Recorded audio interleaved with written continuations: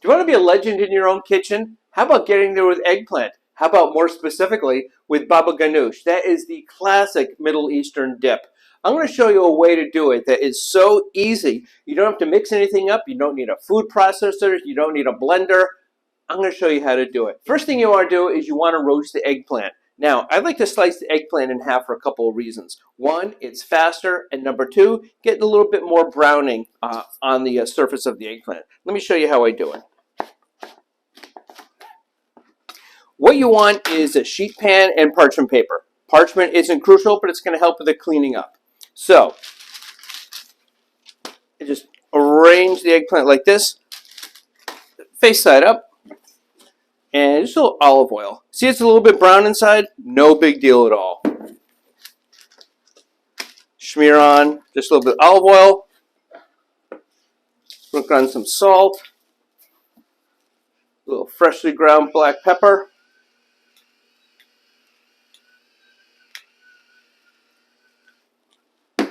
And we're almost ready to pop it in the oven.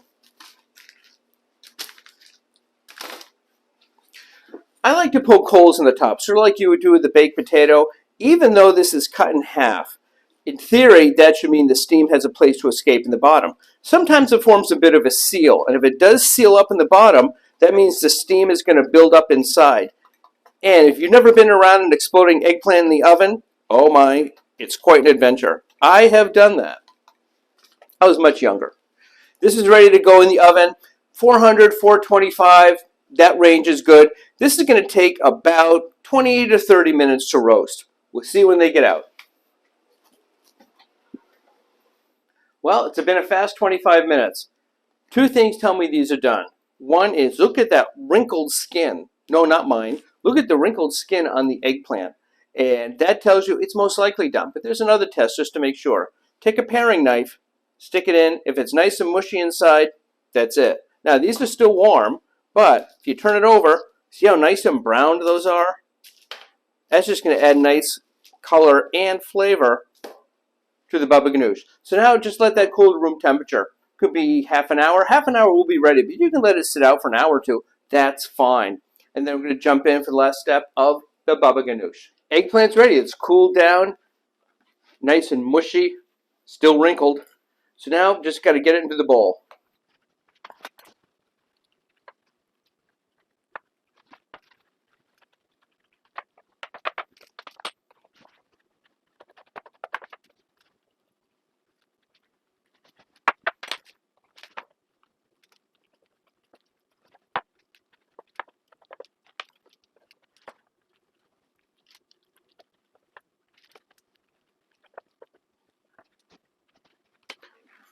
Ready for the bowl.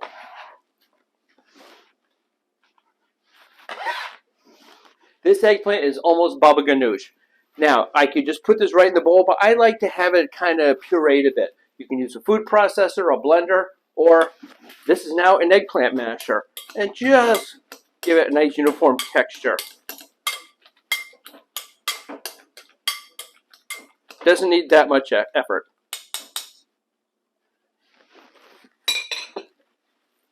Now it's ready to go on the platter.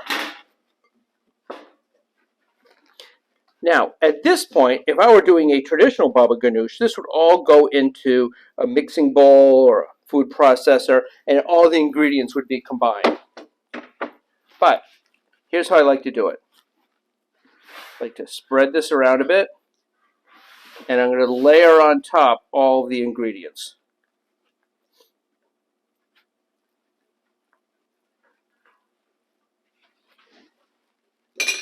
First, some tahini. If you aren't familiar with tahini, all this is sesame seeds that have been toasted and then just ground up. This was once a whole bunch of sesame seeds. So this way I like to just paint the plate. This is also a very common ingredient that you're going to find in hummus as well, but in so many other things. By the way, tahini is a great addition to chocolate chip cookies. It is the perfect addition to everything. There's the tahini, some lemon juice. Now, I like to squeeze the lemon juice through my fingers. That way, you catch the seeds instead of them going in there. Another advantage of doing it through your fingers is you get to find out if you have any paper cuts. Ouch, I do. Just kind of squeeze around there. Here's one seed. Now, a little bit of cumin. I like to spread it on.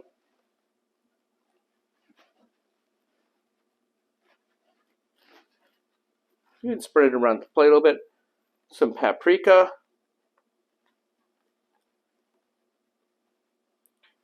Just paint away to your heart's content. And just on just a little bit more olive oil. And voila, you have deconstructed Baba Ganoush. That looks kind of cool on there. But there's one more test. I think it tastes good. We're going to find out.